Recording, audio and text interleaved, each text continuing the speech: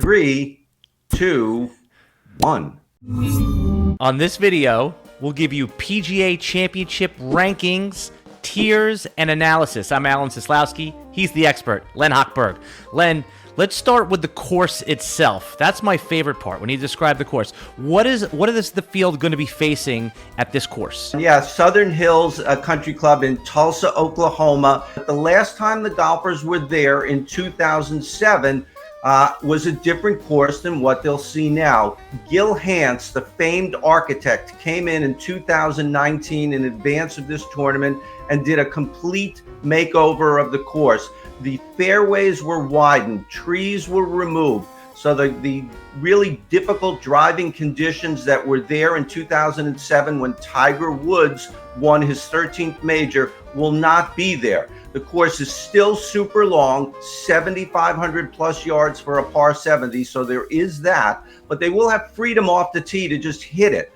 What I think they'll be really shocked to see, and we'll see during the warm-up as they practice during the week, will be that the greens and around the greens are going to be substantially different. There was rough around the greens where if you missed the green, the ball would just sort of roll into the rough. Well, now it's short grass where if the ball rolls off the green and it is set up to roll off the green, it will just roll off like on a billiard table and run maybe 30 yards down away. Okay, if viewers want to get your full set of rankings, they can right now. They're linked in the video description below. But let's talk about a few of the highlights that stood out to me. Scottie Scheffler is just on a roll right now. You have him ranked number 1 overall. He looks unstoppable. Was he an easy pick for you to put atop the field? Yeah, he has to be number 1. He's playing. He was playing the week before at the Byron Nelson. He was playing very well. He is just the best golfer right now, as statistically and in the results. Southern Hills is his favorite golf course. He's played this course. He's from Texas, just one state over. He won the Big 12 championship here in 2015. So, I mean, there are a lot of things that are aligning for Scottie Scheffler this week. He really is a no-brainer number 1 in the rankings. Okay, Shane Lowry at the Masters caught my eye. You brought him to everyone's attention. Had a fantastic showing. You have him inside the top 10. How do you expect him to perform this week? He's in the top 10 of my list because he has been playing great all year. He's been playing great on different courses. He's been playing great in strong fields. He won the 2019 Open Championship. That is his one major. But he really, on the totality of it, he's really playing better right now than that one tournament. Okay, let's look at your contenders tier, your second tier. Will Zalatoris, he heads up the top of that tier. How come he didn't make your top 10? There's so many good golfers. It's hard to put. You can't put everyone in there, and there are some bigger names than Will Zalatoris who are not in the top category. But Will Zalatoris, a fantastic tee to green player, and has played great in the majors. He's still yet to win a tournament. Push come to shove on Sunday, and Will Zalatoris has to get in the mix with, who knows, Scheffler or Justin Thomas or Brooks Koepka. We'll really see where his emotions are. But I think he's 11th or 12th, which is pretty darn good, which means that he certainly could be on the first page of the leaderboard come Sunday afternoon. Don't give away all the secret sauce, the rankings. We want people to go check them out. But that said, you had mentioned in your contenders tier that there were some other guys that were top 10 worthy. Who in that top 25 do you think can make the vault after the first couple days into the top 8?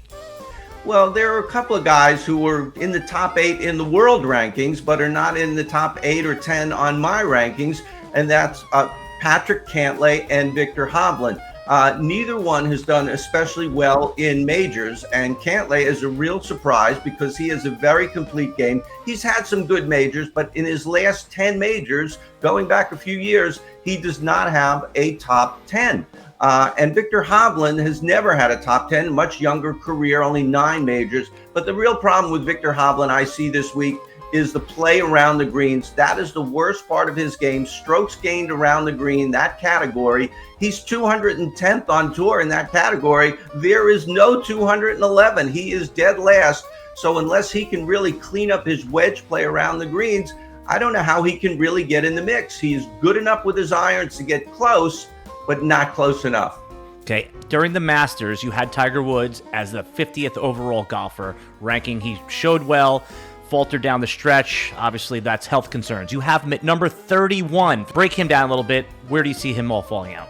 He'll have had one more tournament to come back. I think he'll not only have gotten the actual reps of playing golf and playing in a major championship, but he knows that he can get through 72 holes.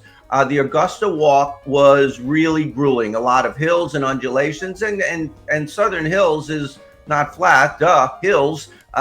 But I think it will be an easier walk, and I think he'll just have that much more going for him this week. It's another course that he's played and played well. We established earlier it will be different, but again, with the emphasis on driving and the accent on play around the greens, I think that helps Tiger Woods a lot more than a traditional PGA or US Open type track. 33-year-old Rory McIlroy, you have him ranked third. Hasn't won a major since he's 25 years old. What does he have to do to take it home this time? Some would say he just needs to play well in the first round, because very often he shoots himself out of majors in the first round and then plays fantastically the rest of the way, sometimes better than anyone else in the field, and he gets himself into the famed backdoor top 10, or even at the Masters, he had the backdoor runner-up, which was a new trick even for him. Look, he comes so close in so many of the majors. The wedge game is a problem for Rory. That is his weakest part. So it is a dangerous thing to put him to really rely on Rory in this tournament. But he just comes so close in so many ways. And Augusta really required strong wedge play, and he still was there at the end, or within a few shots of Scottie Scheffler. During the Masters, you'd like Cameron Smith, and it looked pretty good in the first couple of days. You have him inside your top 5. What does he need to do this time to get it all? Normally for a PGA Championship, I wouldn't have Cameron Smith in the top 5, because really, as we come to see in the past, you just have to just be a fantastic driver of the golf ball, and it sets up everything else. I think that, this course brings Cameron Smith into play, much like Augusta did, where you could have some wide fairways, but then it gets really diabolical, to use Gil Hanse's word, around the greens, and that is where Cameron Smith excels. He had a couple of mistakes on Sunday at the Masters. Cam Smith can be there again in this course, in this setup, the way he's been playing over the past year. Let everybody know somebody that's ranked inside the top 10 that you're not going to touch based on their DraftKings price, and you think that they have the most chance to bust, so to speak. Colin Morikawa at 8th. I have Brooks Koepka at 10th. And it's really more just an homage to them, that they are just so good and so great that it's hard to not put them in the top, in the top 10. But Colin Morikawa has not played a lot this year. He's been good, but not great. He hasn't won a tournament in quite some time. Like Victor Hovland, his weak point is strokes gained around the green. He's not 210th like Victor Hovland, but he's in the 190s. So he will have to do everything else, and he does everything else, with his driver, with his long irons, better than anybody else in the game. There is really no margin for error for him there. So that's a little bit dicey play for me in DraftKings. And Brooks Koepka, he does show up in the majors. He has not played well this year, but he missed the cut in the Masters. But after missing the cut in the Masters last year, he finished 2nd, 4th, and 6th in the next 3 majors. He was runner-up to Phil Mickelson in the PGA. So, there's a lot to tell you that Brooks Koepka will not be there on Sunday, but Brooks Koepka keeps telling us he is going to be there on Sunday. All right, it's pizza bet time. You know me. I like to bet a little and win a lot. Give me somebody outside the top 25 that you think has a outside chance. You wouldn't mind putting a 1-unit bet on to win it all. In the majors, the cream rises to the top, and we will see one of the top guys win the tournament. Yeah, there have been outliers in the past and some big ones, but it just doesn't happen very often. But that said, number 34 in my rankings, Harold Varner III.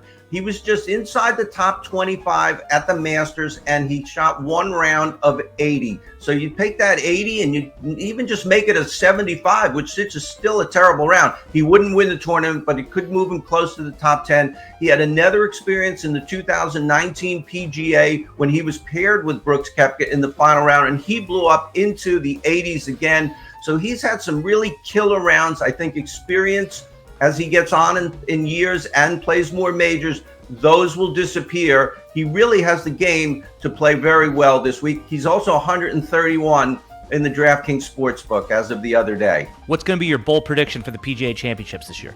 Cameron Smith can win this tournament. To see Len Hochberg's full set of rankings, click the link in the video description below. And if you like videos like this, consider clicking the like button and subscribe to the channel. And to see all of RotoWire's premium content for free for 10 days, go to rotowire.com/try.